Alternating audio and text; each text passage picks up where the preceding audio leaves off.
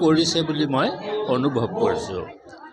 অসমৰ জাতি ধৰ্ম বৰ্ণ নিৰ্বিশেষে এই ভৱনে সাম্য মৈত্ৰীৰ আমি ৰণুৱা বুলি এটা বাৰ্তা দিবলৈ সক্ষম হৈছে। কালি জনগোষ্ঠীয় যিটো শোভাযাত্ৰা, সমন্বয় শোভাযাত্ৰা নামটোৱে দিয়া হৈছে, সেইকাৰণে সেই শোভাযাত্ৰাই আমাৰ অসমখনৰ মাজত থকা যিবিলাক ভগা হীৰা, সেই ভগা হীৰাবোৰ জোৰা খাব বুলি আজি আমি পতিয়ন গৈছোঁ।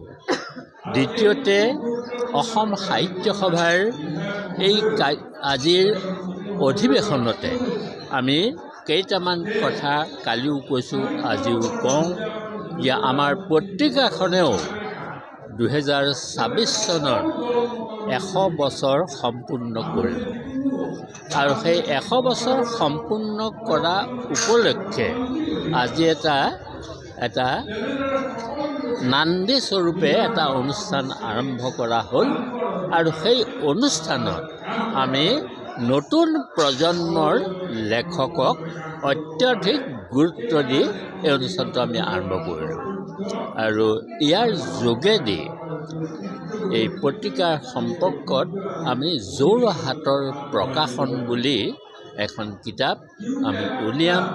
ঠিক তেনেকৈ আমাৰ আৰ্কিঅলজিকেল যিবিলাক ছাইট আছে সেই সম্পৰ্কে ঐতিহাসিক সমলয়ৰ সৈতে এখন কিতাপ ওলাব। 3খন কিতাপ ওলাব অসম সাহিত্য সভাৰ পত্ৰিকাত থকা ভাষা সাহিত্য সংস্কৃতিৰ প্ৰবন্ধৰে সৈতে 3টা সংকলন আমি উলিয়াম আৰু ইয়াৰ লগত সম্পৰ্ক ৰাখি আজি আমি চন্দ্ৰকান্ত অভিধানৰ প্ৰথম সংস্কৰণটো আমি আজি সামাজিক মাধ্যমৰ যোগেদি সততে পোৱাকৈ আজি আমি আনুষ্ঠানিকভাৱে উন্মোচন কৰা হ'ল আৰু অসম সাহিত্য সভাই এনে এটা ডাঙৰ কাম কৰিছে বুলি ৰাইজে নিশ্চয় অনুভৱ কৰিব। আমাৰ ছাত্ৰ ছাত্ৰীসকলৰ বাবেও ই এটা সহায়ক হ'ব, কাৰণ আপুনি যদি স্পেলিংটো ভুলকৈ লিখিছে তাৰ তলত ৰঙা একেডাল আহিব আৰু সেই তাত নক কৰি দিয়াৰ লগে লগে অভিধানৰ সেই পৃষ্ঠাটোত শুদ্ধ ৰূপটো বিচাৰি পাব। তাৰ উপৰি আমি এটা বৰ গুৰুত্বপূৰ্ণ কাম কৰিছোঁ, সেই হ'ল অসম সাহিত্য সভা কেতিয়াও জাকৰ পিছপৰা চৰাই হৈ নাথাকে।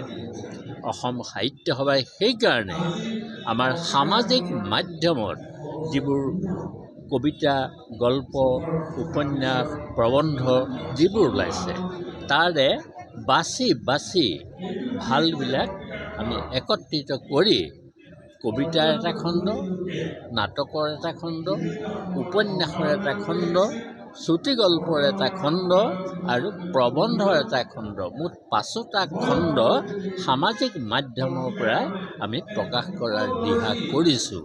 আৰু এই প্ৰকাশৰ দিহা কৰাৰ মূল কথাটোৱেই হৈছে যে সামাজিক মাধ্যমৰ সাহিত্যক অসম সাহিত্য সভাই স্বীকৃতি দিছে। এইটো এটা বাতৰি হয়তো হ'ব পাৰে, বাৰ্তা যাব পাৰে।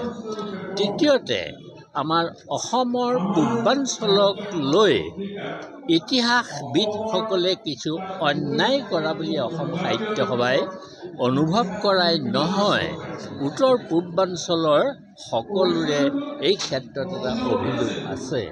সেই অভিযোগটো নাইকিয়া কৰিবৰ কাৰণে আমি কেইবাটাও খণ্ডত কম্প্ৰিহেনচিভ হিষ্ট্ৰী অফ আছাম, অসমীয়া ভাষাত পূৰ্ণাংগ অসমীয়া ইতিহাস, অসমৰ ইতিহাস কেইবাটাও খণ্ডত প্ৰকাশ কৰিবৰ কাৰণে আমি যত্ন কৰিছোঁ।